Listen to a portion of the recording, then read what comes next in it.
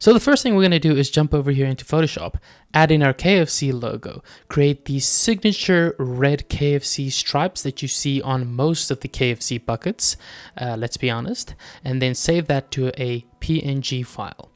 Once that's done, you're going to head over to Blender. I deleted the default cube and added a cylinder. I selected the top face, enlarged it to create the signature bucket shape, deleted that face, and then added a torus. I played with the sizing to create a nice rim, placed that into position, grouped those together, and just hit that. Next, I added a cube and then added a subdivision surface modifier. I headed over to the edit mode and added a bunch of extrusions and tried to replicate the shape of a KFC drumstick or a fried chicken drumstick or just a drumstick in general. Then I headed over to the sculpting mode and just made a few small adjustments.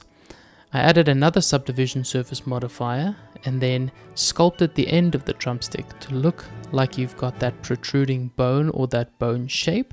I applied that, then I added a displacement modifier, played around with those settings not to be too harsh, but to get some texture to that drumstick. I then added another cube, scaled it down, added some subdivisions and a subdivision modifier. I also added a displacement modifier to help me with the initial random shape of the crumb. Also, once that was done, I headed over into sculpt mode and tried to shape this and make these crumbs look as random as possible. I duplicated them a few times because I wanted some variety in the crumbs. So I just played with the shape and sculpted away until, I was sort of happy with the process and how it was looking. I then added them all together in a single collection. That was important because when we are going to be distributing them with the particle hair simulator or the distribution simulator, it's important that they were in a group. Now that I had all the models for my scene, I went back to the chicken leg, added the went to the physics tab and added the physics hair simulator, but I changed the render to object to collection and selected the collection that's named big crumbs.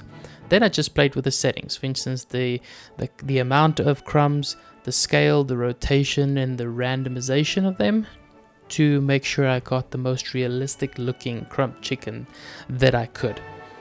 And yeah, I was just playing around with those until I eventually ended up with something that I was happy with. Then I hopped over into the shading tab.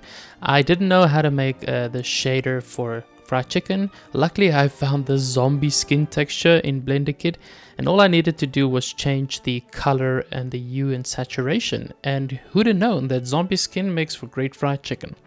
So I just applied that to the chicken leg, and I also copied that over to the crumbs. And then as you can see, I was just testing and playing around, and I was quite happy with that. Next was the bucket. I just dragged in our design that we did in Photoshop, linked it to the base color. I added a mapping node and played with the rotation, the position, and scale until I had my texture placed on the bucket the way that I wanted and in a way that I was happy at the end of the day. That was about it. I think eventually I just added played a little bit with the roughness settings to create like a paper texture. And then I headed over and started setting up the scene, which is always a fun thing to do.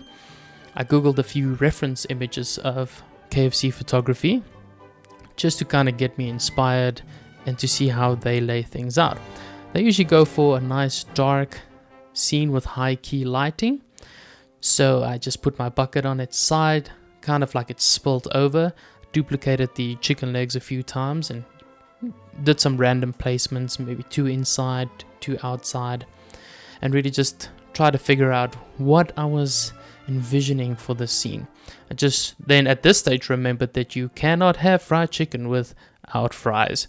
I've never modeled fries before, so I just added a cube, elongated it, added a bunch of subdivisions, and also added a subtle displacement modifier to give me some randomness in the shape of the fry. This is definitely not the best fry I've seen. It's probably the worst looking 3D fry, but it was gonna work. I was happy with it, for now at least. Then went over to the shader tab, gave it a nice golden color, and duplicated that a few times until I had enough fries in my scene. I went to the physics tab and added a rigid body modifier and simulated the fries dropping onto the table because I wanted some random distribution. I didn't want it to look like I placed them there manually. And then the absolute favorite thing I love to do is basically setting up the lighting. Now I went for a basic lighting setup, just one high key light and then one full light and usually a rim light.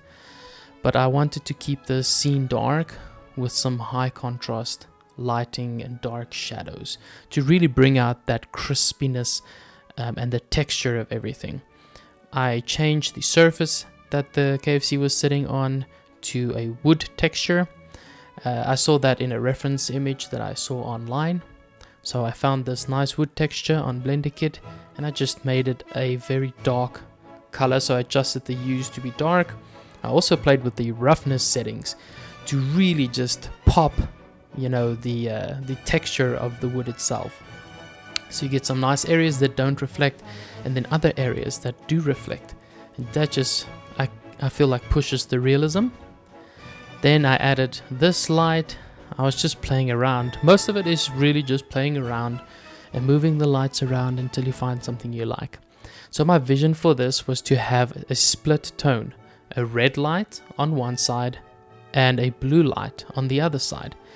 I just absolutely love split tone images, especially for these types of adverts. I think it just adds something special. So that's what I did. I added two lights, a red and a blue split tone, and I played around with their positions and the brightness and the size until I found something I liked.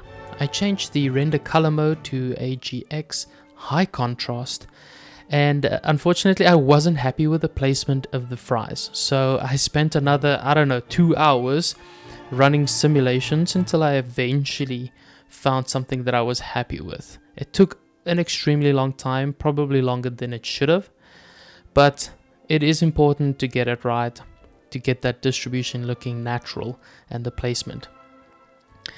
Then eventually I was like, you know what, these fries need some salt. I need some smaller detail. So I added a sphere with low polys and I gave it a glass material and I distributed that onto the fries. But I also wanted some of that salt on the table.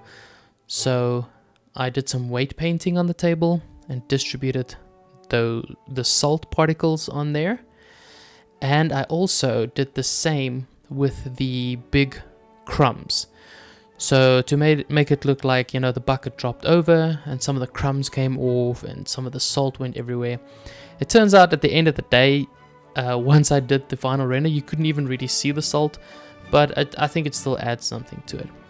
And that was basically it, guys. I just played with the settings and here's the final result. I hope you like it.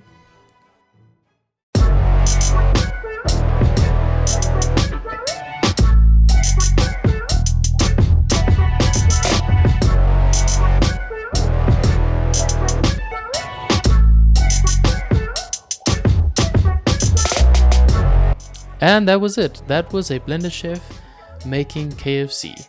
I hope you guys enjoyed the process. I hope you learned something.